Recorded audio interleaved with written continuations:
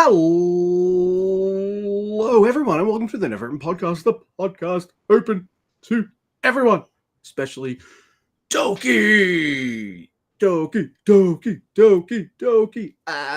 My name is Luke. I am your host of the Never Open Podcast, and with me, as always, is Mr. Andy. Say hello, Mr. Andy. Doki is a ferocious monster who cannot be stopped because he has supportive friends. That's right. Yeah. Not nerds, you know? Hey, that's all well and good for you, Just Five Guys, joining nerds. I didn't ask for that. I'm joining the hot people. Right? Hey, you know, he was voted like the most muscliest, sexiest dude, so he's going to join the hotties for sure. That's just those how are the Doki same rolls. thing. Muscliest and sexiest are the same thing. Yeah. That's how I equate male beauty. Didn't you know? You are Vince McMahon. Which makes me a 4 out of 10. Oh my goodness, we're going to talk about two Road to the King of Pro Wrestling shows that have just happened. One was last night, one a few days ago. And before we get to that, professionalism. There are ways that people can contact and interact with us if they wish to. We're on the Blue Sky. I am at Grumpy2EB. Mr. Guy is at Juice of Tweets. Collectively, we are at Never Open Pod. If you want to send us a written or voice email, you can do that too. neveropenpod@gmail.com. If you've got any of that, Josh Banks money, kick it our way. We have a Teespring store where you can buy merch that'll make you look never as fuck. And you can see me do this intro and the whole show. And you can also see Andy when he's talking too on YouTube.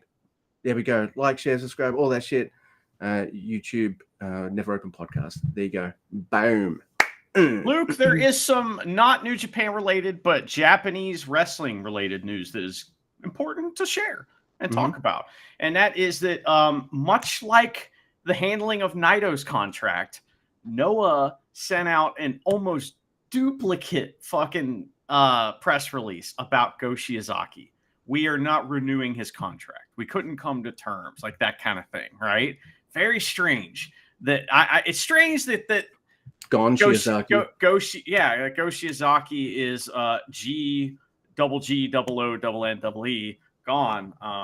Just to make another Vince McMahon reference for no reason. But Go Shiozaki's left Noah, and his take on it, that's what the company says. Now, his take on it is that there are things that he has to do as a wrestler that he can't do in Noah, that he has to do as a freelancer. That's what he said. So, right. As that relates to New Japan, I mean, Tanahashi versus Go Shiozaki has got to happen in the next 3 months. So expect that to happen. If it doesn't, what are we doing? Yeah, right. Give us that match, please. And there are certain things he can't do at Noah if he still wants to have the time to do those. And some of those is wear New Japan gold. Yeah.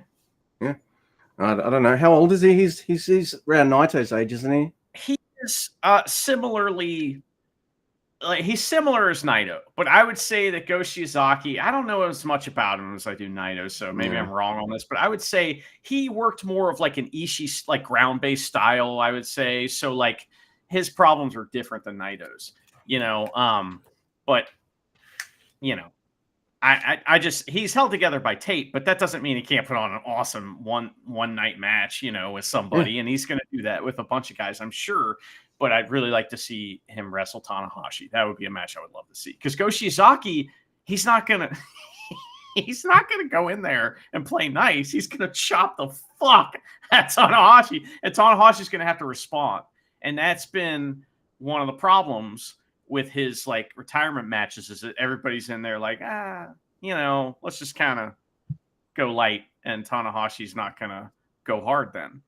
Let's spend all the match doing some kind of air guitar shenanigans. Don't get me wrong, that makes me laugh. But save it for the tag matches though, not your match versus Makabe or whatever. So yeah, absolutely. Oh my goodness. So our first night of the Road to King of Pro Wrestling, where are we? It's at Hiratsuka City, and this venue is dope looking. Yeah. has this cool like dome panel ceiling that looks really neat. We have Chris and Walker on the call, and that's really all I want to hear about the venue because somebody won't shut up about the venue. So Someone's stealing your shit, and I don't want to talk about it. Can I just mention my experience watching this show? So I watched that next day, and you were like, "Oh, it's probably a house show." And I look at the episodes because you could do that. I'm like, "Oh yeah, this is house showy." All right, cool. So I start up watching this first night, and it's in Japanese. Oh, okay, lucky, cool. Lucky fuck. And then I get to about halfway through the show, and the rest of it's in English. So I was like, oh, I could have had English the whole time. That was fucking weird. But yeah. Anyway, we start off with Katsuya Murashima and Tetsuya Matsumoto versus Masatori Yasuda and Zane J. It's a pretty good young lion match, made even better. This is how you kick off a fucking road. This is how you turn down the street good. This is the perfect fucking indicating and turning and getting ready to fucking get on the highway and just fucking get on the road. Why? Because Murashima wins by brabbing the shit out of Zane J, and he taps out like a fucking bitch. And I'm like, oh, fuck. All right, strap in. I guess I'm going to have a good night. And it turns out I'm going to have a good couple of nights, actually. So, yes. I like how the Brab Murashima's standing there with his tree trunks, and like Zane J's like, I'm going to brab you, I am. And fucking Murashima, it just doesn't work. It just literally does not work. Like, it has no effect on Murashima. I thought that was awesome. Like, he didn't budge. King of the Young Lions, man. Oh, man. I really like that. That made me laugh. That was fun. Now the show proper starts, and it is Daiki Nagai versus Shota Umino. Why are we getting this match? I don't care. It's awesome. This is like Daiki Nagai needs to get his ass kicked by all the fucking like dojo guys. You know what I mean? The definitely. Whatever I can't remember what the name of the stupid dojo is where the four guys are from, but that one. I should know that. But he should just get his ass kicked in singles competition by all of them. I would love to see that. Even Tsuji. In fact, I'd particularly like to see Tsuji kick his ass. So that would be fun. So this is great. At the beginning, the crowd's cheering, and Daiki Nagai's doing this. Like, look at my cheers. He judges them because Sakamoto is the ref and he won't do it. You know what I mean? He doesn't even like fucking air instruments. We'll get into that later. He's got problems with certain things. So, but he's also got a job to do, and sometimes it's to do a spot and get buried. So, anyway, there's a clean break from Shota, and Daiki Nagai just bitch slaps him, which is awesome. So, but he pays for that with an absolute ass whooping. There's a cravat of doom from Shota Umino, and Sakamoto looks at Daiki Nagai right in his eyes and smiles real big and says, "Give up." It's made me laugh. So there's a comeback for Daiki Nagai, gets a bunch of his moves in on the rough neck, and Shota cuts him off with a big chop, and Sakamoto yells, "Give up," in his fucking face as he's getting chopped. It's fucking amazing, dude. That made me piss. Sakamoto's trolling because Marty's not here. Yeah, that's a big problem with both these shows that I'm very concerned about. There's no Marty, yeah. But I don't know that yet. I'm just watching Sakamoto get his shit in, and I'm laughing my head off. So that's great. So he finally gets a spine buster. He's been working on that and gets a 2, and he's gonna brab Shota Umino, and like he almost wins with the brab. He has Shota Umino with the brab for a long time. But, he gets the ropes or something. Daiki Nagai kicks out of a running knee. Crowd does one of those. He gets a roll-up, a drop kick, huge lariat. Shota wins. He tries some respect after the match, but Daiki Nagai just throws the ice bag at him. It's like, no! It just runs away. Shaking your hand? I'm not with the nerd group. I'm with the fucking cool ex-LIJ guys. Fucking not shaking your hand. Get out of here. Eat this ice pack, bitch. Plus, he's mad. He's mad at him for beating him. That's right. Really funny. I was definitely going for Daiki Nagai, but I like seeing a match like this. I don't feel like I've seen a straight up young lion ass kicking singles match, getting their ass whooped for a while. So, no, I like it. I like this a lot. Shota Umino gave more respect to Daiki Nagai than like other guys do to him, like Tanahashi or fucking Okada. You know what I'm saying? So I don't know. That's kind of cool. I think it's because Daiki Nagai's really young, and so Shooter thinks he's a baby and thinks like Daiki Nagai should love him. He's trying to get over with Daiki Nagai. I want to see him try to slap a wristband or something on Daiki Nagai post-match. You're good, baby. That is fantastic. Shota starts wrestling all the young lions, and no one knows why. Oh my goodness. Next we've got Drill Maloney and Clark Connors versus Sonata and Yoshinobu Kanemaru. Fight to the crowd right away. Sonata is sent into the wall. Yeah. Kanemaru eats Taya-san. Oh, yeah, that's right. Connors chokes Kanemaru with his gold chain as well. So look, Driller and Connors know what the fuck they're wrestling against, right? It's House of Torture. Fight fire with fire. We're going for you guys. Like, get out of here. Does Driller have a RIP Sonata shirt on? Is that what we're going with there? That's fucking funny. Oh, my God. Hot takeover, and Kanemaru hits Clark with a chair to the gut. Driller rope blows Sonata. He kicks the ropes into Canadian Sonata's. Low blow. Yeah, that's right. That's the one. That's a lot better than rope blow. Rope blow. What is that, Luke? Shut up. Keep going. All right. And then he makes him headbutt Driller makes Sonata then headbutt the ring post. So that was a fun little thing. Kick to the groin. The ropes to the groin. Now I'm going to take you to the ring post. Boom. And then do a drop kick through the rope. So that was fun. And Sonata and Driller, though, they just won't stop fighting. They just really won't stop fighting. And then we get a 20 count. So we're leading to something here. This is going somewhere. We'll talk about it in the next night. But there's a post-match brawl as well. And there we go. I like this. Do you remember? I think it was leading up to Wrestle Kingdom, I think, was Taichi hadn't won a match all year. And he kept wrestling these same guys. And they wouldn't let him win, and it would like he kept getting DQ'd, or it would be a count out or something like that. It didn't go on long enough, but it was like a 3 or 4 match stretch. I feel like they're doing something like that with this as well. It's a similar kind of thing where they just can't get the win because they won't stay in the fucking ring. So it's funny. I like that. Next week we have ELP and Jado versus Tanahashi and Kato. They rhyme. They had so we didn't talk about this too. This is another news thing that happened. So they had a Wrestle Kingdom 40 or whatever it is, 37, I don't know what it is, but that one, they had a press conference about it the other night. We didn't talk about this because it's not really, we just have to mention it. So and the press conference was Tanahashi and fucking Eddie Munster or Freddie Wolf, or whatever his name is. The Wolf guy who hasn't wrestled yet. It was Wolfpack. Wolfpack for life. Even though NWO was for life, but technically it was NWO, so that's okay, I guess. Mm-hmm. But anyway, Wolfpack is back. Don't turn your back. That's a big mistake. And Conan will cut a hella promo, and then his legs will go bouncing around in the ring and make you feel. Adale, arriba la raza. I love that shit. Yeah. So the press conference was them talking and answering questions, and it was like a little grab ass. It was like, are we gonna wrestle it one day? Is that gonna happen? Maybe we will. And there has been something floated on the internet that is gonna be the Wrestle Kingdom match. But also that sucks. That's a shitty Wrestle Kingdom match. So that better not be. That'll be New Year Dash or something like that. But match. He's retiring at Wrestle Kingdom. Yeah, that's right.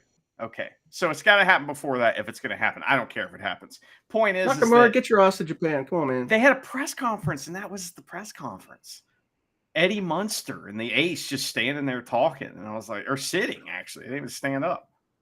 He looks like fucking Timu, fucking Wolf guy looks like Timu Miro.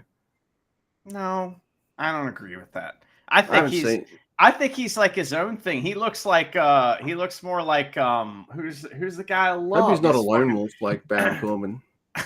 Baron Corbin he was okay.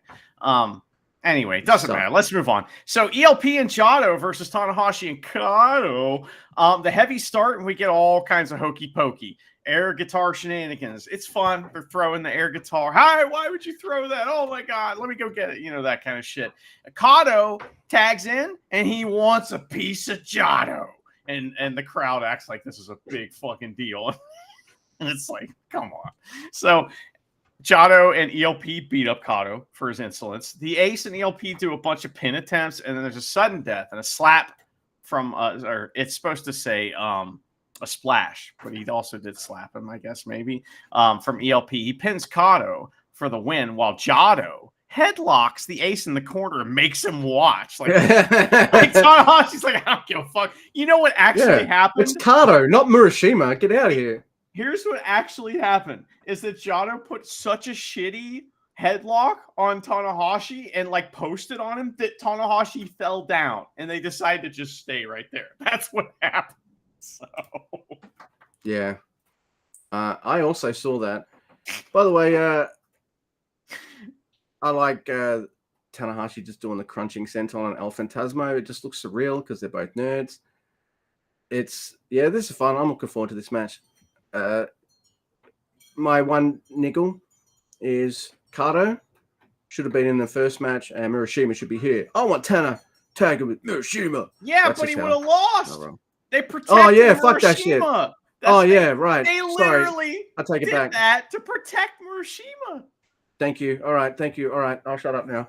And the next match we have is Bolton Oleg, Toriano, El Desperado, Tiger Mask, and Kukai versus Doki, Show, Evil Dicks, and Don Fale. Show's on the mic saying that everyone is a bogan and that Doki is the real champion. He's right. But this Kukai guy, right? He's a Japanese freelancer from Mexico. Who else do we know that was a Japanese freelancer from Mexico? Would it be Doki? Yeah, an unstoppable monster who's successful because he has supportive friends. That's right. Friends that will back him up and not betray him by joining the fucking Wato Brigade. That's right. Not that I have anything wrong with the Wato Brigade, but they're nerds and I love Wato. But yeah, anyway. And yeah, everyone here is a bogan. So I already said that. Tiger tries to drop toe hold on Don Fale, which makes me laugh. Doesn't work. It's just like when that guy tried to grab Murashima. Just didn't work. That's right. Zane's not getting that. So Tiger has to dodge some stomps that Fale does, but he gets caught. And Doki, he's shown always going for Desperado any chance he can get. Even sends him into the railing as well. Ooh. Togo tries to unmask Tiger Mask like a douchebag. Show chairs Tiger Mask in the gut. I love House of Torture. Have I said that yet? Sorry, they're beating up Tiger, and I'm very happy about it. And then Oleg, this is fucking cool. He pounces pretty much everyone in House of Torture. You get a pounce. You get a pounce. You get a pounce. It's fucking awesome. Kukai gets into the ring, and he shows me what he's got by taking a hot Ho train and dick-to-dick contact. But I'm kidding, of course. We see him do this really cool kind of spinny DDT-ish kind of move on Dick Togo for the 3. Post-match, House of Torture beatdown. They each use their respective weapons too, which I like to see. It's their signature stuff, you know. So Kukai, or however you say his name, he was kind of protected in this match a little bit. I know he did take the dick-to-dick contact, but like he only wrestled Togo. And that happens again on the next night a little bit, which is like so Dick Togo is a legendary Japanese like lucha guy, kind of, right? So like he's one of the first of them. So like he's like Taka to me. So that makes a lot of sense. You know, put him with this guy that's gonna, test him out. Yeah, know how to make him look awesome. And make sure if something goes wrong, he's gonna make sure he does what he's supposed to do, So yeah. I've got no problem with it. Yeah, it's fine. Yeah, I like it. This didn't really give me a sense of Kukai necessarily, but Not In yet. good time. He looks Yeah, like we'll he's get sticking there. around for a little bit, so we'll get there. So next, Luke, we have a match, but this was the match where I started to realize something was missing from the show. And it's Silver.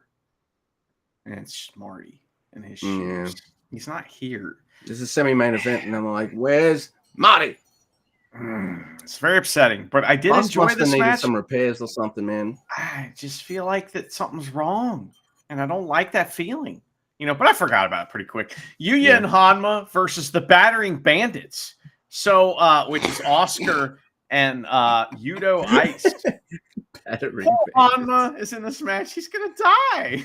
It's like Hanma. I just watch him hobble to the ring, and I'm like, you're like. That's my first note, by the way. It's funny. So, Yudo gets right into the ring to stand up to Yuya. I might just call him Ice from here on out, just because of the, So, and he waves the belt in his face. They start the match. Lots of cheers for Ice, and they have a booyah to start the match. With lots of yelling, and Hanma blind tags in because Ice is like out of control and he's gone over his time, like kind of. You know what I mean? That's like the onion layer. He's like going over his time, and Hanma's like, "What are you doing, dude?" And like fucking tags himself in, and it's great. But Ice doesn't get out of the ring. He's like, "Fuck that! I'm fighting this guy." He really wants to fight Yuya, and I love that. So we get some Oscar versus Hanma, and Hanma. Oh man! So if you do watch guys do a collar and elbow tie up every once in a while. If it's two guys that are like locked in, they might run at each other and do it. It is rare. It's usually one or two steps, right? And it's not running. Hanma runs at Oscar Loop to do the collar and elbow. He can't move that fast, but he was running. Yeah. Why? I don't know, man. Oh man, he's fun to watch. So Oscar misses a big elbow, and we get Ice and Yuya back in, and they're going so hard that Yuya almost jumps into the ropes on a chop. Like, okay, so he's chopping Ice, and he goes so hard with the chop that he like almost bumps into the ropes after hitting the chop. And he's the one giving the chop, and it's like, wow. Oh man. We got a budding rivalry here, budding. It is. It's on, right? Like, long term, we're seeing it fucking start. Yeah. Man, these guys don't like each other, and it's clear, and it might be awesome. for a shoot. So we'll find out later. So, oh man. All right, that's great. We get some Oscar versus Yuya too, and that's fun. Or Oscars versus Yuya. Yes, Yuya. That's right. Okay, sorry. Hanma gets a hot tag and tries to Kokeshi on Oscar. He misses, of course. And Oscar's battle cry as he like charges into the corner for a squisher on Hanma is terrifying, and I love it. The battle cry, that's great. And it's not like the battle cry. Well, it's not like a young lion like or a baby face thing. It's like, I am coming to kill you, and here I come. Yeah. I'm a giant man that's gonna fucking destroy you. Yeah. Oh man, it's like a bear or something. It's wild. So there's a huge side slam from Oscar. Oscar chokes Hanma out, and Ice and Yuya keep fighting. They can't stop fighting each other. Fight. Yes, that's it, man. The Yuya and Yudo show. The Oscar Ice pairing relationship is nothing like I thought it would be. Like, I thought Oscar would be the heavy and Ice would be the cheeky shit. Instead, Oscar is the heavy and Ice is the smaller heavy. Yeah. Does that make sense? It's like they're doing something different with these two. I don't know. I love it. I went from being like, is Ice going to be some kind of like borderline comedy-ish thing? Like, where are we going with this? Is he going to like run behind big man Oscar and stuff? Those kind of tropes. No. In fact, Yudo is going out of his way to be like, hey, Luke, Mr. Andy, I'm never as fuck. And let's go, boys. There's no doubt. Yeah, it's fucking amazing. I can't wait to talk about their singles match the next night. But next, we've got Yota Tsuji, Shingo Takagi, Hiromu Takahashi, and Titan versus Taiji Ishimori, Gabriel Kidd, Gato, and David Finlay. Thank you. Shingo and Hiromu fuck with Gato's beard. I approve of this. LIJ guys are generally the best beard fuckers in the biz. I miss Naito doing this to Gato, but I will definitely take Shingo and Hiromu with the fuck your beard with Gato. Gato will never shave. He's too stubborn, so he kind of deserves it every time. And he's a piece of shit, so he deserves His it, hands right? are covered in blood. Yeah. Kid does the Naito pose, which gets great. which is funny. Gato fucks with Hiromu's hair and gets Hiromu down, and then he acts like he just won the title, which is fucking amazing. Gato breaks a beard hold with an eye poke, which makes me fucking laugh. But then Gene Blaster and Gato gets fucking pinned. In the meantime, you've got awesome Shingo versus David Finlay stuff. I hope those two have a singles because I love Shingo. You know I love Shingo. He's my favorite. But I think he's a good victory for David, you know? Yeah. To move forward. Yeah. To even him out. You know yeah. He keeps losing his Suji, you know? Yeah. I like that. Him and Gabe Kidd just traded opponents, basically. You know? Yeah, pretty much. It's fucking good. I want both these feuds. Like, we're just going to switch around. Is that cool? Yeah, all right. I want these two matches. So, yes, please. I still hate you. I'll be back for you later. But now I really hate you. You know? That's right. You've got that unaffiliated LIJ stink on you. We're swapping. I hate the color red. They see red when they see red. That's right. That's a t-shirt. That's a t-shirt. It's not a good one, but it is a t-shirt. It was a solid house show. Yeah, it was good. I enjoyed it, and the venue didn't bother me at all. Next, Luke, we had the 10-6 show, which was at Kurgan Hall. We had Chris and Walker on the call, and did they mention? Well, did someone mention that they were in the balcony? I think so. I don't know. They said it a lot. Well, someone said it a lot, but this place is packed. But it's not stacked. Yeah. It's not stacked. No. You know what I mean? It's like it's packed. There's a lot of people there. It's not stacked. There are no guardrails, which leads me to believe someone's lamenting the main event because he only lost because of the goddamn guardrails. So that's right. This show is important. This is like an important. This is like I don't know. It's an important Road 2 show. We'll talk about. Yeah. It. You know, I think you agree with that. I'm sure. So. Agreed.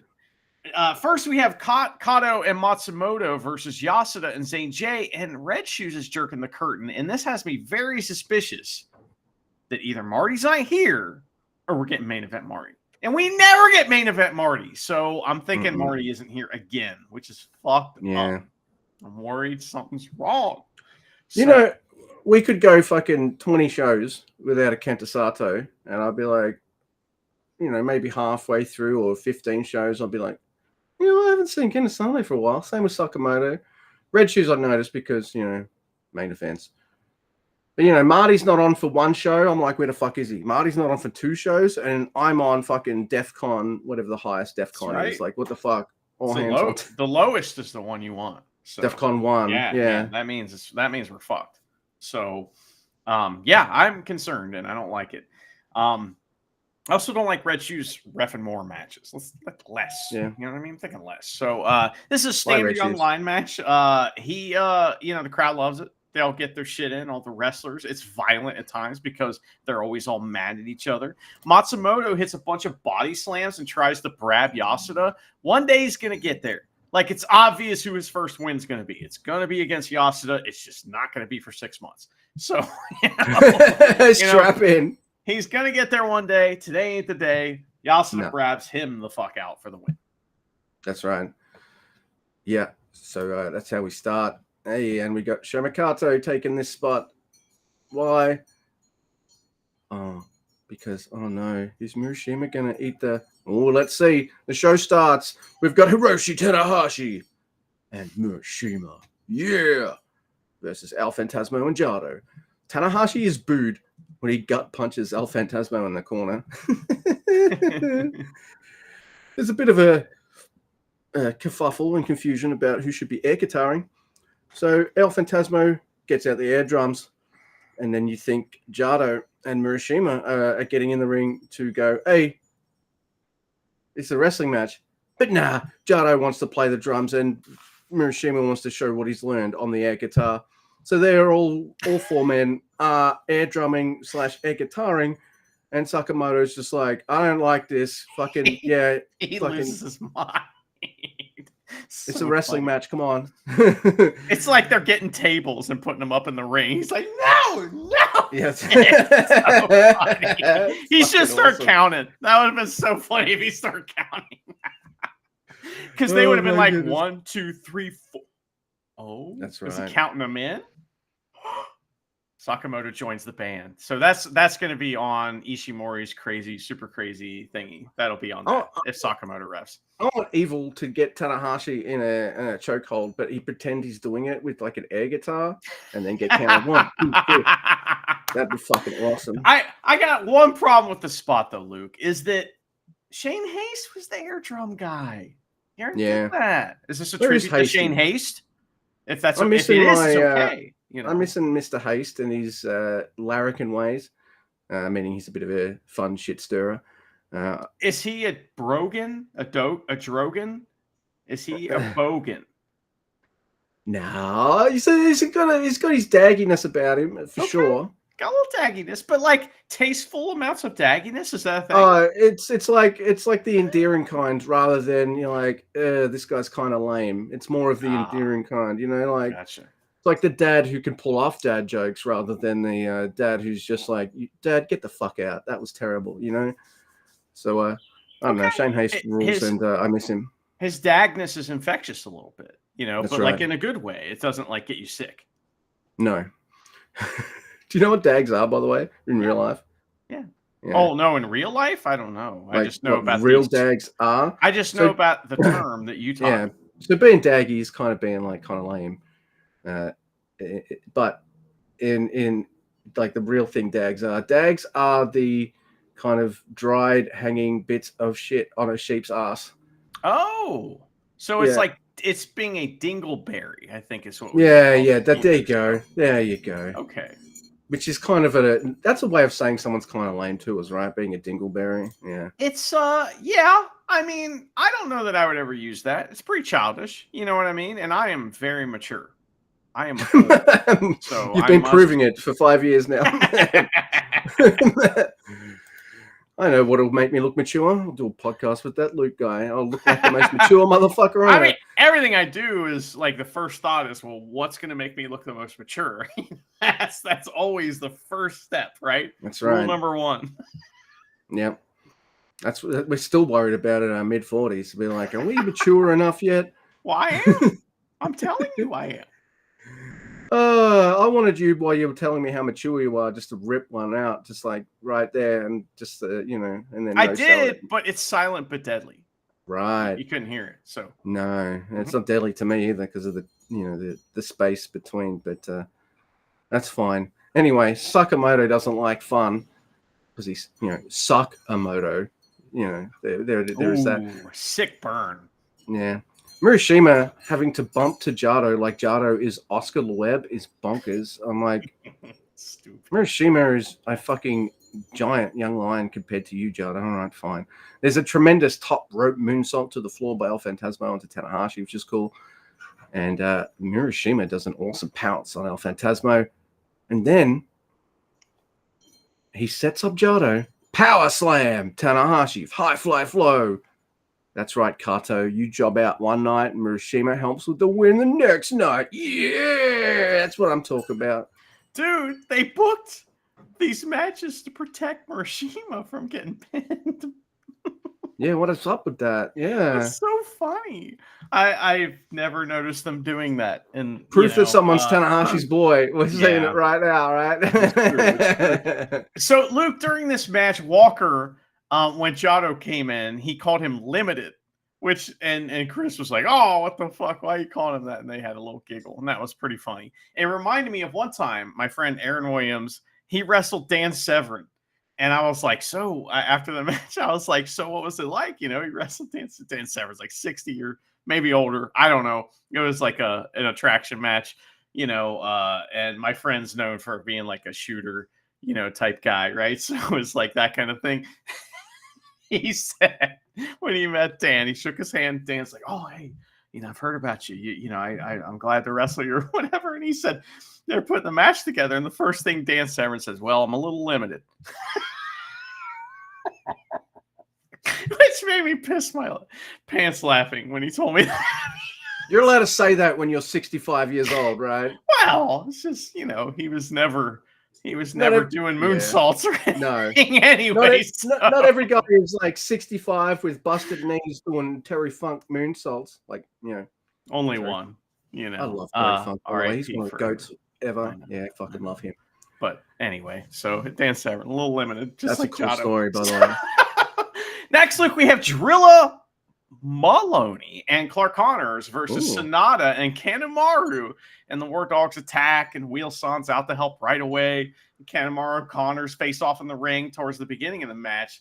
The heavies tag in, and Drilla does the ultimate warrior version of the Canadian low blow. He kicks it, and then he starts shaking the ropes. And the Kurgan Hall crowd's like, yes! Why didn't we think of that? You know, they were so happy. You know what I love about that spot is Sonata takes the first one, and he's like, all right, cool. Now I get up for the next thing, and then Drilla starts shaking, and Sonata's like, oh, shit. And then kind of gets back into it. Made me laugh. It was fine. Well, he's better get close to the ropes, because otherwise he's actually going to get whacked with it. Yeah, he doesn't want. It's not actual ropes, people. You don't want those in your dick. Oh no. That's they use the wire ropes too, man. Those are no joke. Man. There's no fucking around. That's fun. Drilla. Okay, so there's an accident low blow. You know, that gets boos, and then Drilla hits a low blow to counter the guitar behind the ref's back. Sonata runs away and sits in the crowd like a fucking mark. And there's a guy sitting like 2 seats over from him that's like, don't care. He's just like, don't care. I like War Dogs more. Much like a great friend to me and great friend to professional wrestling, Jamie Coy. This man suffered no foolishness. He just sat there with his arms crossed while one of the stars of the show is sitting 2 seats from him. Didn't give a fuck. That was funny. I've been losing my fucking mind, by the way. Right. I'd be like, how can I help? You know, but it's really Bottle funny. of water, kind sir? Yeah. Well, he'd smash you in the face with it. Or he'd take it down there and smash it in the face. But if I'm going to be on camera, I want to get smashed in the face with a water bottle by Sonata. Like, get out of here. Yeah. I'm on TV. But anyway, so he sits in the crowd like a mark.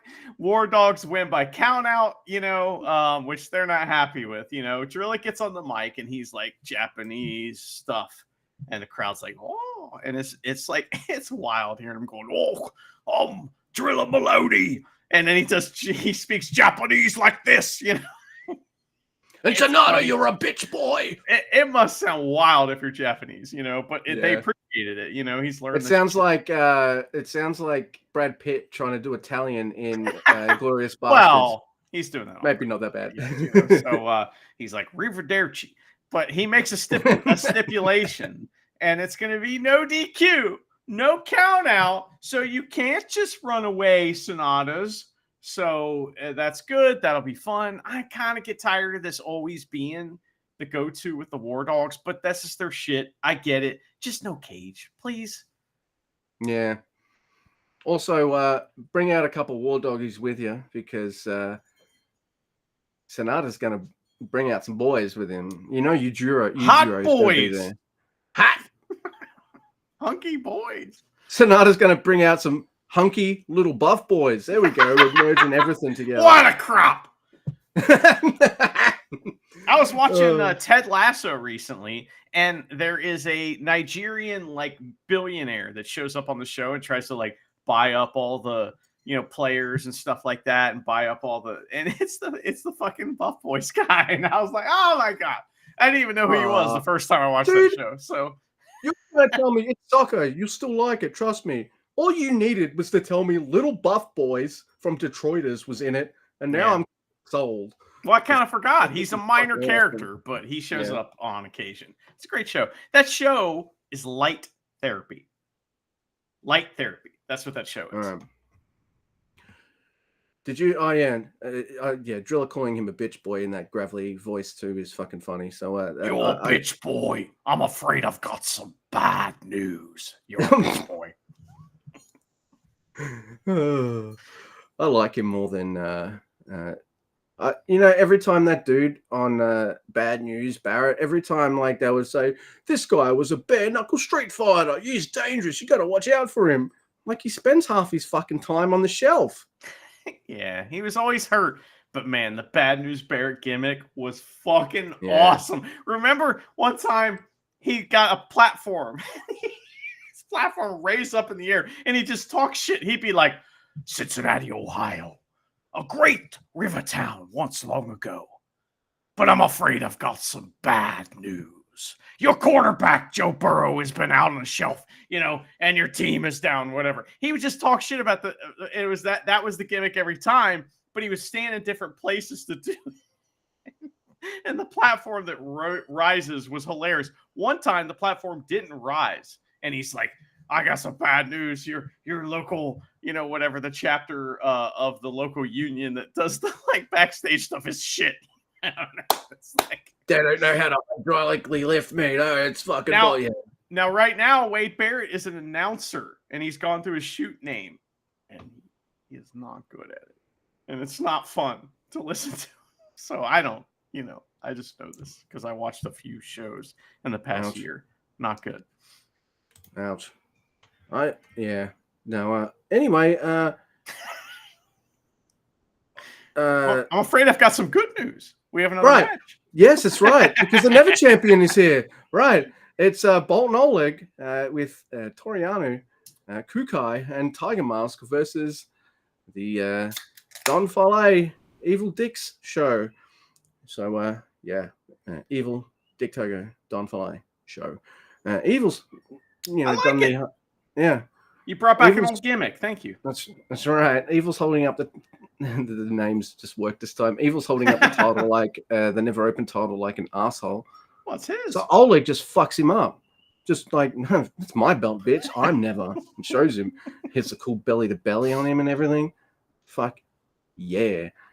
This is fun stuff, but my notes says this is fuck stuff. It's that too. That too. Oh my goodness. There's a grenade on Tiger Mask and a shock arrow, and show wins. If there's a title match for House of Torture earlier on in the show, I feel like they keep House of Torture kind of strong earlier in the show, maybe to kind of give you that, well, they won, so they're not all fucked, so they could probably come out later kind of vibe. But post-match, Hart beat down. And Hart make Oleg polish the belt and clean it for Evil. And I fucking laughed my ass off. Oh my god, so funny. Dude, that spot fucking ruled. He's unconscious because he's been beaten to death, right? And they physically take his arm, put a rag in it, and make him polish his belt. While Evil's yelling at him in the mic of just polish his belt so he can see himself in it. Dude, I don't think I've ever seen that spot before, and I am howling with laughter. It is amazing. Oh, I love and like Oleg is game for it. You know what I mean? Yeah, so it's great. I loved it. It's great. So yeah. I like too. It's like another thing too, where he just traded opponents pretty much. He went from one to the other. He's going up the ladder. And like I said, I don't want the Never belt on Evil, but man, Evil should beat Oleg. Come on, you know what I mean? And agreed. Giving Oleg the mega push, and the Never title isn't big enough for him if he can beat Evil. I don't know. Yeah. If you can beat Evil, you're a global title or higher, right? I mean, that's just my opinion. He's had a couple defenses now, so he's had the average Never Open title reign. So, look, I don't want Evil to have that belt mostly because you know what it's going to be like, and despite absolutely adoring and loving Evil, I like my Never shit, and I don't know you do too, even though we love Evil. So yeah, we're conflicted, but well, we got new guys that do never shit. We can get that elsewhere too. They'll be future champions. We'll talk about them later. Next week wait, is it my turn? Yes. Next we have oh god damn it. It's fucking Hiromu. I like him. Tsuji, Shingo, and Teton versus Gabe Kidd, Finley, Ishimori, and Gato. And listen, nobody's listening to us. I don't care. Why am I turn us off right now. This bear crawl thing, it ain't it, man. This thing the kid's doing with the bear crawl, it's not. Unless you're in front of him physically, it is not intimidating. It looks silly. Like a little kid running up the steps like that. That's what it looks like. And it is silly. So I wish he wouldn't do that. But Tsuji and Kid start the match, and it's awesome. I really like them going together. They're great, So we get like Tsuji is alone in there with them, and everybody else is fighting on the outside and like keeping each other busy. And the plan is for Tsuji to try to get a quick win, right? So he's like lining up for the fucking Gene Blaster like right away. Kid responds, of course, and they wrestle to a double down. Then Finley and Shingo get in, and it's awesome. Those guys kill it, and then it's Ishimori and Teton, and they get in. Teton does awesome wrestling. It's fucking bullshit, and the crowd loves it because they're a bunch of fucking marks. Hiromu is in briefly with Ishimori before he tags in a man whose hands are dripping with blood, and he has conditioner in his beard. Gato celebrates a hair pull like he won the grand finale, just like he did the day before. It's awesome. Hiromu Gato responds with, so they had done this thing the day before. Yeah, Gato's the man, right? So he's the man with bloody hands. So on night one, they set this up as well as this like hair pull versus beard pull thing with Hiromu and Gato. And they're like doing the giant swing, but it's not real because you can't swing someone by their hair. So it's like they're both just kind of tippy-toeing in a circle. It's supposed to be the giant swing by the beard. And now, Hiromu Gato does it to Hiromu by the hair, and it's very silly and it's fun. But then there's and by the way, something interesting here. Everyone but Tsuji loves ska. And Tsuji disappears from the match. There's a 3-man beatdown on Gato. Hiromu uses Noah Guy's finisher that he's going to wrestle and win. That's right. In the Noahs. And it's a tilt-a-whirl, like knee, like GTS thing kind of thing. And but Tsuji disappeared. Tsuji and Kids keep fighting up in the mezzanine. They go out in the hallway where I thought it would have been so funny if Taguchi was standing there with his pants down. I'm like, oh fuck. That would have been amazing. It wasn't that. But they fight into the hallway. Tsuji reappears, but he's being helped to the back. He kind of disappeared from the match. Hopefully he's just selling. I don't know. Something weird happened there. Yeah. No, that was weird. No, I hope he's fine. But other than that, this match is great. It's lots of fun, and I'm really into it because apparently Ida won with a time bomb on a Noah show, so that's why Hiromu did Ida's finisher thing. So yeah, it's like when aliens send a message through space, and and then we have to get the message, interpret it, and build a fucking giant platform with a radar dish on it. Yeah, but the aliens haven't gotten fucking back to us, Mr. Guy. Ida and Hiromu are communicating. Well, they did in that book Contact. Dun, dun, dun, dun, dun. That's a different one. Yeah, that's where they speak through the language of music, which everyone understands, not math. Fuck math. Maths. If you listen to either one of them, the Maritas Club, you might get that reference. Maths. Anyway, we're starting some important matches, and the first one is good, but I don't get the ending I want, and it makes me kind of shit on Shooter a little bit. But I'm not going to. This is a good solid match. It's Shota Umino versus Oscar Leweb. And my first note is all I want is for Shooter to lose and get his ass kicked. But what's important here is Oscar as a singles wrestler, right? Yeah. That's the important part. So Not what you want. No. The story we're getting, and it's a good story, is because it makes me now think Shooter and Yuya winning like World Tag League or something like that. Why do I mention That's good Stank though. League? That's But good yeah, that's good mid-card shit for them to do. Yeah. So they can't be going Yeah. after the big belt, you know. Absolutely. And I actually like the combination of Yuya and Shooter, but they're not full thick as thieves tag teams yet. They didn't travel the world together winning the golds, did they? So the story we're going to get is, all right, the New Japan guys, hey, you want a singles matches with us? We're going to fuck you up. And then I think we're going to lead to but we're the better tag team. Right. You know, that kind of that story. Is a story. You're right. Yeah. I mean, I just spoiled the next match, but it doesn't matter. That match is awesome, by the way. You got to watch it, Yuya versus Yuta Ice. But yeah, all I want for Shooter is to get his ass kicked, and I get to see it. You know what I like? I like seeing this really tall, talented wrestler. What he does is just big man shit. I really like really well. Like traditional big man wrestling shit but with Oscar's kind of stank on it, you know, like the leg drops, elbow drops, choke slams, sleepers. But he's got a bit more speed on him because he's young and all that kind of stuff too. It's just really cool.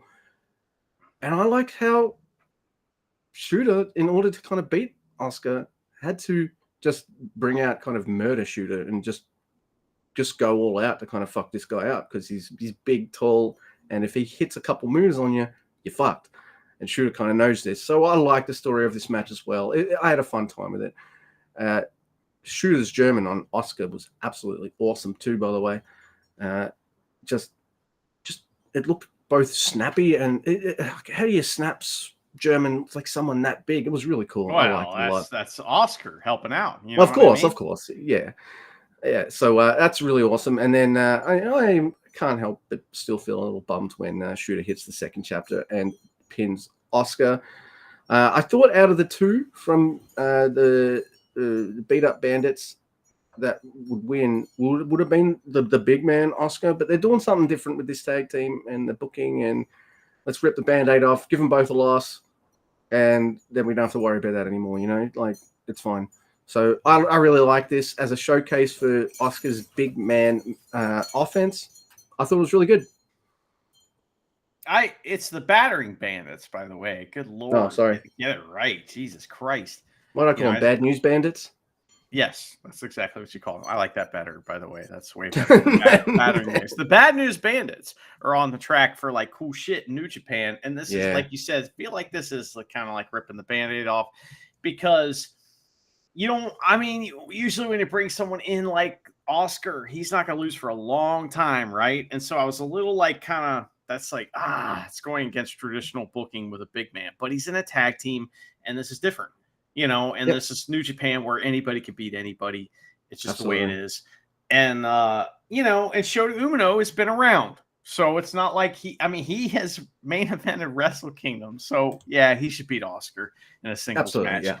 I hate seeing it, but man, this match is good.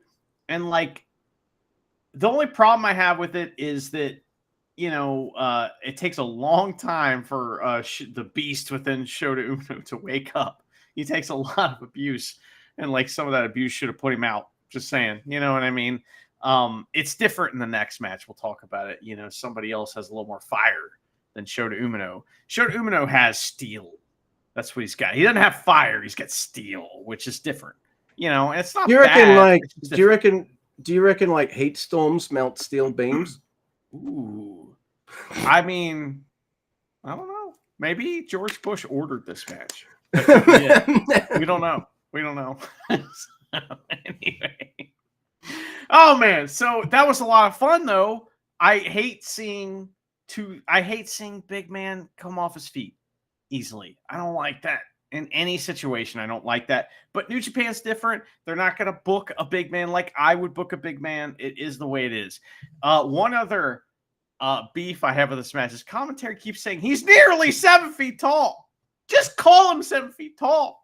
Doesn't fucking matter. It's wrestling, first of all, and second of all, Why wouldn't you just say he's 7 feet tall? If he's 6'10", If something's $4.95, I'm just going to say it's $5. right? You know? What are we doing? And he's a heel, so what does it matter? Like, it's I hate that. They are not putting shoot heights for Japanese wrestlers out there. So why are we putting a shoot height for Oscar? It's like there's a wrestler around here. He's awesome. He is no longer a wrestler. You call him by his shoot name, Luke. His name is Matt. And he used to come out and they would say he's 7 foot tall. And we would chant 6'10", 6'10" at him. It's so fun. He got all mad. That was great. That's Next, Luke, everyone's mad. I'm mad watching this. I'm angry because this is violent as fuck. And it is like Fury. If Fury was a match, that's what this is. It's Fury from two guys. I didn't expect anything. Like, I expected this to be a pretty good showcase for Yuta Ice. And I knew you would crush it because Yuya Uemura is just fantastic. It's a Road 2 show, so I'm not exactly in the mind of going like, I think these two boys might absolutely fuck each other up. You know, I'm in all right, that previous match was pretty fun. Let's see what Yuto and Yuya can do. Wow. I love New Japan, Luke. I love it. Yeah, I often apologize for it. However, if there's one thing that's been missing from New Japan for a long time, maybe not a long time, it rarely shows up, is the fifth gear match. You know, the match where they've gone through first gear, second gear, fourth gear, all the shit. Now they're going to fifth gear. I don't even think this match made it to fifth gear. I think it was like, because these guys are younger, they have more to give. And this was like 4 1/4, gears or something like that. Which I just realized is kind of a rating system. And I'm ashamed. Yeah, we'll save it for the end of the year spectacular. Yeah, I'm ashamed. But this match goes to places that matches don't often go to in New Japan. And they used to go to all the time. And I get it. It's hard to do that kind of stuff all the time. But man, I kind of miss this. Because this used to be on the average show on New Japan, this kind of thing. It's violent. So this is the venue where Yuya and Broken Arm Young Lion were wrestled a singles match, and maybe that would have been his time to beat Yuya and graduate. It seemed like maybe that was the case or something. Well, Broken Arm Young Lion became Broken Arm Young Lion that night during that match, and he's back, and his name's Yuta Ice, and he's fucking pissed off about it, right? So Yuya, on the other hand, is like, well, I broke your arm once. Gonna do it again, right? He plays mind games at the beginning. He gets in and out of the ring, and it's kind of like, what are you doing? We get some mat wrestling, and then Yuto Ice lariats Yuya over the ropes to the floor, and they fight out there. And Yuya takes a fantastic chair bump. He's in. You know what I mean? He's in on this match, right? They're both in. They're gonna go. So Ice leans a table up against the apron. And he has this like running like knee that he does, right? At first it was double knees. Now it's just one. And he does that. And it is like perfect. It's fucking gnarly, man. It's perfect wrestling because he not only does he smash Yuya's head into it, but his knee goes through the table too. And they both kind of freeze. And they know they just created an amazing moment in wrestling where they put cartoon holes in the table with their head and their fucking knee was. And it is a great spot. It is an all-timer spot. That was fantastic. Yuya is putting over Yuto Ice. And so is that fucking Japanese table. If the table likes you, you're going to be, fuck, man. That fucking bump was insanely well done. Well, so good. It also tells you something about this match. It's like 3/4 shoot a little bit. Like that can't happen unless you actually strike the dude with your knees. So I mean, Ice is coming in like he's a fucking young Ishii. You know what I mean? Yes. Like I would argue that Ishii is less aggressive. Yeah. Well, when you're young, you're full of piss and vinegar. Yeah. You want to prove yourself. Fuck. This is wild. This gets real violent. We're not even close to the end. So they throw big strikes in the ring. Yuya gets a big like burst of offense. We get a double down. And Yuya starts trying to go after the Broken Young Lion arm, right? it's bullshit. I kind of don't like it. It kind of gets me behind Yuto Ice, honestly. And Ice starts stomping Yuya in the corner, and he hits a fucking shoot kick with like the toe of his boot to, Dude. Yuya's face. And Yuya, like, you can tell when a guy actually gets hit because they go, they grab for it like right away. And he did. And it was like, oh, fuck. This gets Yuya real mad, right? Man, they meet in the middle right after that for a strike off. And it's not just never as fuck. It's like, it's like never as fuck. Now Yuya won't stop beating him down in the corner, right? He throws the ref and gets booed, which is hilarious. And, he just fucking stomps the shit out of him. And he gets a couple shoot kicks of his own, as a receipt, which is great. Then he has Yuto dead to rights, right? But Ice, he goes for his eyes and gets out. Then, with arm bar is what I'm saying. So this match is really good. They both hit huge lariats at the end. They fire up. Yuya gets the arm bar again, but he goes Fujiwara style, and Yuto Ice isn't ready for that. He won't tap out. So Yuya stops when he thinks he's going to break his arm because he's a good guy and he doesn't want to break the dude's arm. And like, you know what I mean? Like, it's not fair to do that to him twice, even though he's fucking pissed. Well, Yuto Ice spits on him, and like that's it. So he's like, cool, deadbolt, double wrist lock, goes for breaking his arm, but Yuto Ice taps right away to prevent that, right? That match was awesome for both guys. It was one of the best young guy matches we've seen in New Japan. I hate to be like cliche with it, but man, it is so good. Gotta see that. Dude, that ending, we watched the last couple matches live, you and I, and I was just right. Oh my God, that finish. That's so fucking good. Oh my God. Yuto taps out and looks like a badass. That's fucking good wrestling. But I love that. It's almost like you were thinking, all right, I'm a good guy. I can't actually break your arm. Also, you're not going to tap, are you? Respect. Okay, I'll let you go. And you're still fucked. I'm going to find another way to beat you. And then Yuto's like, oh, you respect me, do you? and Yuya's just like, you know what? Fuck you. And deadbolt Fujiwara fucking extra stank version. Yuto Ice has to tap out. I loved this match. I want more. I expected to like the match, but you never know. Sometimes you're sitting there and you're like, by the way, this isn't just going to be a good fun match to watch. It's going to be a match you'll remember like for quite a while. Yeah, you're right. That match fucking ruled. These guys, see, this made both guys look awesome. And Yuya's got it. Yuya has that thing. Like look how young that youthful motherfucker looks. What can he do now? Oh, he can make himself look like $1 million. And new people. Yeah. He's good. This Strap is a rocket to this motherfucker right now. Him and Yoda, yeah. Yeah, that's why it's an important match for both guys. You know what I mean? This is a big time New Japan match. It's a big time match for both guys. The fact that it happened at Kurgan Hall, very friendly crowd, is a good thing. And where that injury happened, Yuto Ice has now 3 memorable matches in his like lexicon of matches, and he's just debuted. So I mean, he's got the one where he broke his arm. He's got winning the tag belts, and now he's got this. As I said, as soon as they join New Japan, G1 next year is going to be fun. If everybody can stay healthy, that's the concern with Oscar Lube, I would say, because big men are always, injury prone or whatever, not to put a hex on him, Ricky Bobby. But, it's like you worry about that with big guys. And I get why his style is the way it is. And it should stay that way. Don't do, if you're going to do crazy shit, do it once every once in a while. And if not, let Yuto Ice do the crazy shit because he is game. And like, he seems like he is tough as fuck. So, talk about what a smart move by both men.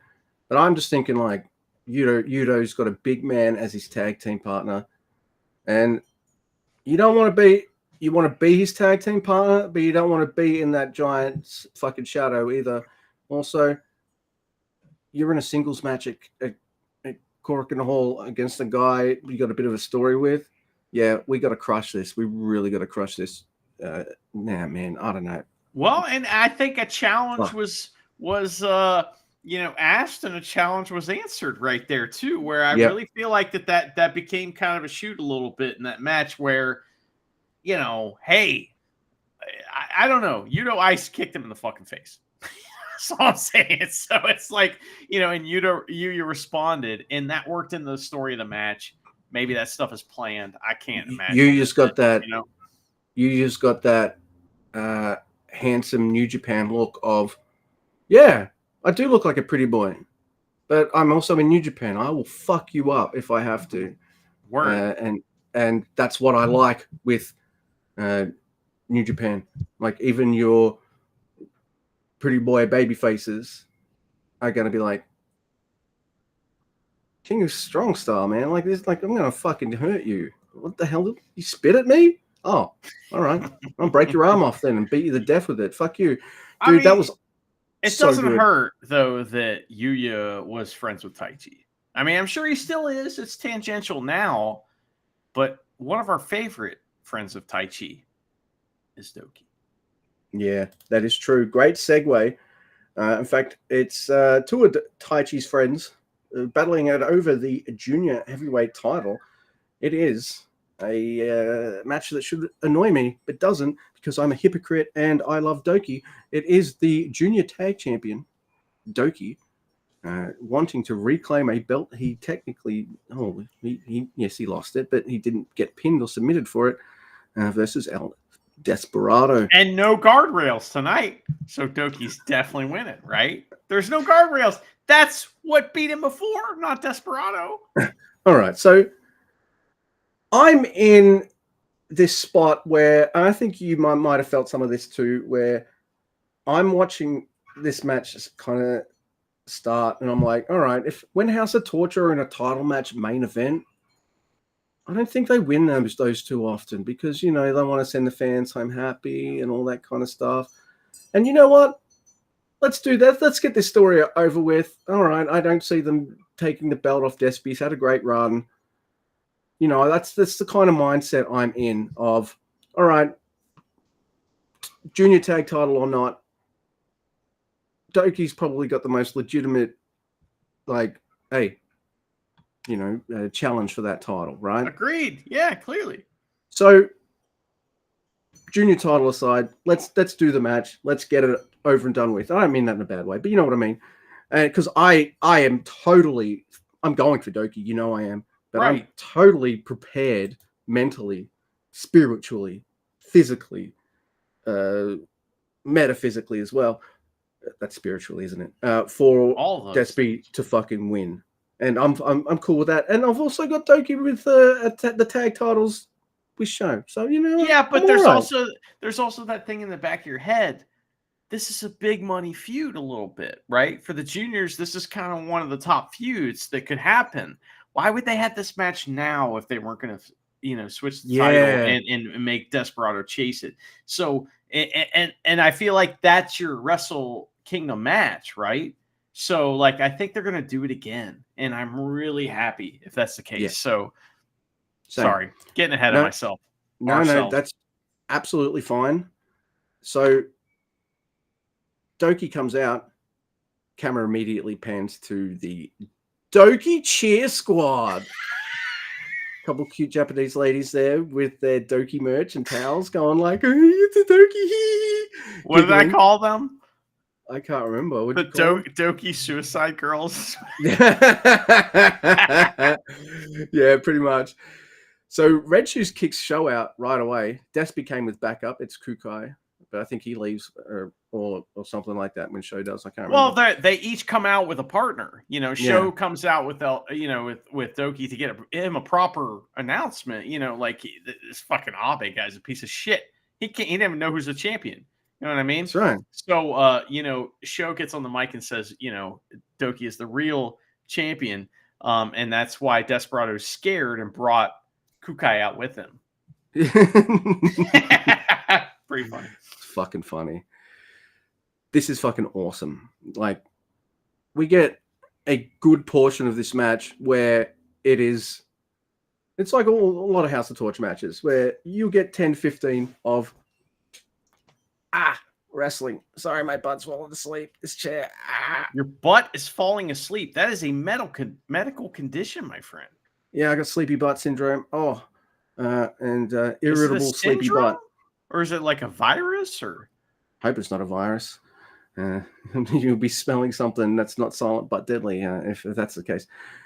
Anyway, this match is great because these two just have great chemistry. They're willing to kind of just go for it. Doki is making me nervous with how do I describe his bumping sometimes? Sometimes his bumping reminds me of Mercedes Moné. yeah, where you'll see Mercedes Great. take an amazing bump, but you also think, is she okay? Doki takes some great ones. There's a really cool spot as well where Doki is in the air, but totally wrapped around Despy in the most gnarly numero dos I have ever fucking seen in my life. So Doki, and I'm thinking to myself, dude, you're in House of Torture, so I get that feeling of like, dude, you're taking your comeuppance good. Fuck, this is great stuff. Because Doki's got the injured leg. What's Despy going to do? I'm going to fuck that leg. I am going to fuck your leg. And there's some decent back and forth. There's an awesome daybreak on Despy as well. But but Despy kind of has Doki's measure. He's been champion for quite a while now. He's got a lot of kind of... He's awesome at psychology as well. Despy is one of the best. So this is just... I wouldn't say I'm on the edge of my seat because I still think Despy's winning, but that's the thing. I love this match, but I was full cheeks firmly on chair because I never just expected. It was only until the end finish happened that I jumped out of my chair. I'm like, what the fuck? Your cheeks were fully awake. That's right. I had awake cheeks. Everyone's going to watch the YouTube version of this being like, look at him struggle in his chair. What a fucking old prick. Need a different chair. Yeah. I have this like little thing I put on my chair. So Show comes... Prevent sleepy cheeks. Yeah. It's literally called sleepy cheeks. Yeah, all right. Thank you. It's not called that. Oh, it is now. Goodbye, sleepy cheeks, Dave. All right. So Doki's in that gnarly, not even touching the ground, any part of him, numero dos, and Show takes out Red Shoes and then knocks out Despy with a spanner. Kukai starts coming out to help out, but now he gets taken out. Show gets sent out, and Doki tries to use the Doki pipe, and now I'm like, all right, I'm ready for Despy to retain now because Despy whacks Doki twice in the head with the Doki pole, and I'm like, fair enough, very safe. Yeah, it looks still pretty cool, but yeah, one of them was a punch with the with the pipe. Pretty funny. Yeah, I still thought it looked kind of cool. cool. I loved it. I loved it. Yeah. It was great. So Despy whacks Doki on the noggin with the pipe, or with his fist holding the pipe. So it's like holding a roll of things. Pinche Loco, but Red Shoes is out. Red Shoes tries to go back in, but Show yanks him back down. Oh my God. Despy then gets whacked with a metal sheet that Chris calls a black mirror. Even though it's like a fucking sheet you'd put like a cake on or something. He's a shill for Netflix. That's right. And then Doki Choki, while Despy is bonked on his noggin multiple times by Show with the bread pan. I counted 5 times. So. And I'm thinking to myself, wait, this looks like a fucking finish. What the fuck? And then Show rolls in Red Shoes. I'm like, haha, funny. There's no way. Red Shoes wakes up, sees that Doki has Desperado unconscious in the Doki Choki. Bing, bing, bing. The bell rings. My ass immediately awakens. I go from being firmly both cheeks fully onto the chair to shooting up and messaging you, going, "Oh my fucking god!" Doki is the fucking champion. Look, but before we even like talk about this match, I want to talk about the celebration because Doki got beat the fuck up, and It's so funny. he shows how masterful he's at selling because Doki's dead. Sho brings him up to his feet, and Doki's out of it, and he's trying to fucking slump back down to the floor, and Sho's holding him up with one arm, like holding his arm up. Yeah, he's the winner, yay! And Doki kind of wants to pass the fuck out. I am laughing my ass off whilst simultaneously marking the fuck out. I love Sho, by the way. Sho, He's fantastic, man. It's Weekend at Bernie's, but it's Doki. Oh, dude. At the end, right? So it's fucking amazing. Shows using Doki, and he's literally showing us that with the fucking. It's awesome. I love it. Streamers fucking go into the ring and everything like that. Showing like, let's go at Doki, and Doki kind of falls back to the mat and kind of rolls back down onto the floor and is laying on the floor with the streamers going, the fucking champ. I loved it. I love that Doki's also selling his own gimmick. He got hit with the pole, which is his weapon. So that he's like pulling a Tenzon. He's like, "You're gonna have to stretcher me out." It's amazing. Dude. So it was a surprise. So yeah, we got the Road to surprise of an absolute kind of never banger between Yu Uemura and Yuta Ice, and then I got the other surprise. I don't equate Road 2 shows usually with surprises. I didn't think there would be a title change here. No, me neither. I'm very happy. Why? Because Despy's at Wrestle Kingdom. He's going to do something at Wrestle Kingdom. It's Despy. You're going to book him. Great.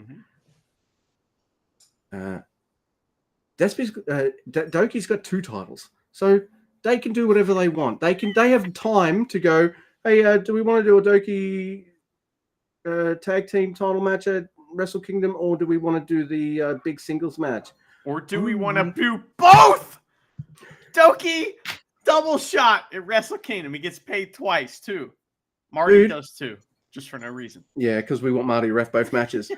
I remember us kind of being like, even when Doki won the junior tag titles, we're happy for him. We like his spot because House of Torch is popular, but we really like that kind of badass face champ run he had. And you and I may be worried about his spot, and we kind of warmed to him being a House of Torture because they're very popular, all this kind of stuff. But still, we see Doki as our underdog boy, and we want to see him fucking do well. He's got both the major junior titles on him. I think we need to just chill out and realize they love Doki, and he ain't no underdog. He's now a 2-time junior champion, and he's in a tag team with Sho. I fucking love New Japan. I love Doki. I am so fucking happy. Oh, look, but he cheated to win. I didn't give a fuck. Who was that saying that? Probably people online going, it's House of Torture. I'm like, get out of here. People online. I don't interact with people. I don't either. Fuck them all. I really punch him in the face. I love this night. This was fun, man. There were some important matches. There was stuff. It was like, I'm not saying New Japan sucks, but like lately it's been a little lame. You know what I mean? So like this is like a return to form and some important shit with limited wrestlers. So, I'm happy they can still tell stories with limited wrestlers and that they are good stories I'm interested in and with guys that I like. So here's a fantasy nightmare book, but kind of dream book a little bit. Is it? Oh, so Doki does get booked twice in Wrestle Kingdom, and he gets murdered in the first match, absolutely murdered. But like, Sho just kind of props him up, puts him up there for the junior title match, and he gets beat up. But House of Torture help out so much they still get him to win. And it's literally Weekend at Bernie's. Dude, that'd be a lot of fun. If you're saying to me right now, which is exactly what you are, is you like the idea of Doki getting murdered in matches and then other members of House of Torture having to weaken at Bernie's him. I fucking adore this idea. I fucking love it. We love bump machines, and Doki's a bump machine. He's in the fucking faction of bump machines, really. It's true. So it's good heat too. That's good heat. Oh, dude. So... And him just pulling out victories even though he just got fucking destroyed. Because House of Torture just kind of, they're both dead, and so one of them, Weekend at Bernie's, puts his arms over the other guy's chest, just his arm. 1, 2, 3. Shit like that. Dude. Can our nightmares and dreams be the same thing? Are they the same thing, Luke? I think they are. It's I don't know. It's someone's nightmare. It's not ours. Luke, we like to end our shows a certain way. Yes, we do. Where we get into the minds of these wrestlers and the secret diaries of Yoshihashi and other wrestlers. Unfortunately, those are discontinued because Yoshi's a fucking lazy prick. He's not fun. We got one from September 3rd, 2025. It is episode 22. It is called About Nanzan Middle School's Baseball Team by Ryohei Iwa. And there's him with a flower baseball cap with flowers on it. And to represent some kind of can of some kind of beverage. It's a bit blurry, so I can't make out anything. So September 3rd, 2025. The G1 is over, and I'm Iwa, currently in a major weight gaining phase. Oh boy. My target weight is 115 kilos. If I can achieve it, it'll be the heaviest I've ever been in my life. Is that good? Gaining weight isn't all good things. Lately, I've noticed that first, my cheeks get puffy. So do mine. I'm sitting on them. And my eyes get narrower. They're asleep. Your face cheeks go to sleep every once in a while? Well, when I'm sleeping, I guess. You sit I'm just resting my face. Look, why are you in that chair upside down? I'm resting my face cheeks. Can't train your face, though. So what are we going to do here? Yeah. Acting, Chris. This is a major issue for a job that's all about visuals. The human body is like this. When you gain muscle, you gain fat too. Conversely, when you lose fat, you lose muscle. I hate this system. I wonder if it's impossible to lose fat while gaining muscle. I just wish my face wouldn't get so puffy. I get it. And this is a common thing. But I get out of breath more easily in my daily life. When I climb the stairs or do cardio at the gym, my stamina is clearly down and the sweating is nonstop. It can't be helped that I need more energy to move my heavier body. Let's do our best. I wonder if carrying 3 t-shirts with me every time I go out is a common pro wrestler thing. What? He's trying to sell gimmicks on the street? Is that what he's saying? Yeah, he's hustling, man. He's smart. Since I'm not restricting my diet for this weight gain, it's a luxury to be able to eat whatever I want as much as I want. Basically, whether I'm eating at home or out, it's always seafood. Yeah, of course. You're on a seafood diet. You seafood, you eat it. Yeah. Yeah, I get it. We're not even dads. What are we doing? saying I'm on a similar diet, but it's no muscle. I'm savoring my food these days because I'll be starting a cutting cycle in October. Today, talked about that on the last diary. He literally said the same exact thing on the last diary. Yeah, well, he's still enjoying his fucking continuity seafood. Is important, but hey, don't be copying off yourself. No. Just saying. Today, I'm getting together with my middle school baseball teammates, and I'm really looking forward to it because some of them I haven't seen since high school graduation. Wait, you were in the middle school. Wait, they went to high school together too? Were they not on a baseball team in high school? He quit baseball in his 9th grade. That's what happened. Yeah. Guaranteed. Well,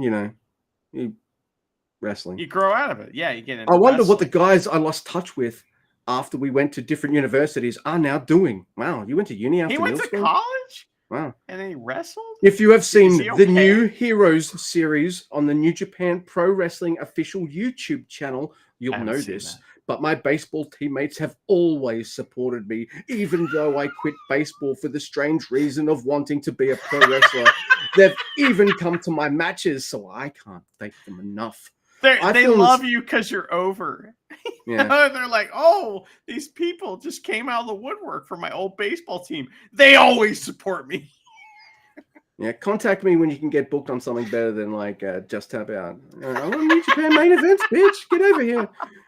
No offense, Taco. I love you, man. They don't know what Just Tap Out is. But Just Tap Out is pretty much like indie Japanese wrestling, isn't it? It Like, sure is. Yeah. I feel nostalgic for those days when I'd arrive at school on the first train. The first train, I'd get there right on the bell. Fuck school. Get exhausted from morning practice, go to class, and play baseball until it was dark. On rainy days, we'd do cleaning rags sprints and lunges in the hallway. I'm reading sprints? this. Hey, what is that's that? what it says. And on sunny days, Sounds we'd gross. run with plastic bottles.